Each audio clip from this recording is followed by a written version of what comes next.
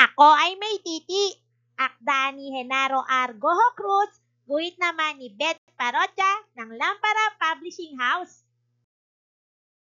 Ako ay may titi kasi sabi ni nanay, ako raw ay isang lalaki.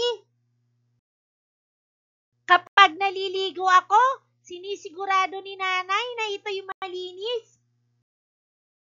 Sabon-sabon, hugas-hugas, kus-kus-kus-kus.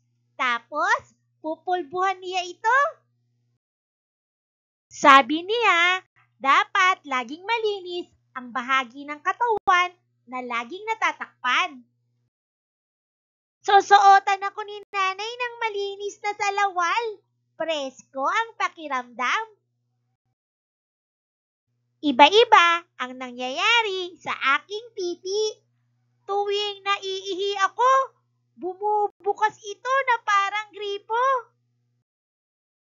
Hinahawakan ko ito tuwing umiihi ako sa arinolang maliit na binili ni tatay. Minsan naman, kakaunti, ilang patak lang ang lumalabas. At kapag nagising na ako, nagigising din ito. Lumalaki at tumitigas. Naiihi kasi uli ako. Kilig-kilig, kiliti-kiliti. Kapag natutulog ako, parang tulog ang aking titi. Kuluntoy ito, kulukulubot, sinliit ng bagong pisang sisiw.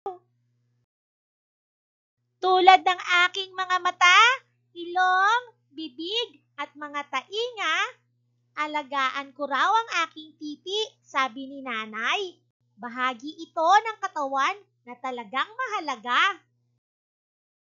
Ako ay may titi kasi ako ay isang lalaki. Ito ang isang dahilan kung bakit mayroon ako nito. Narito ang mga bahagi ng katawan ng lalaki.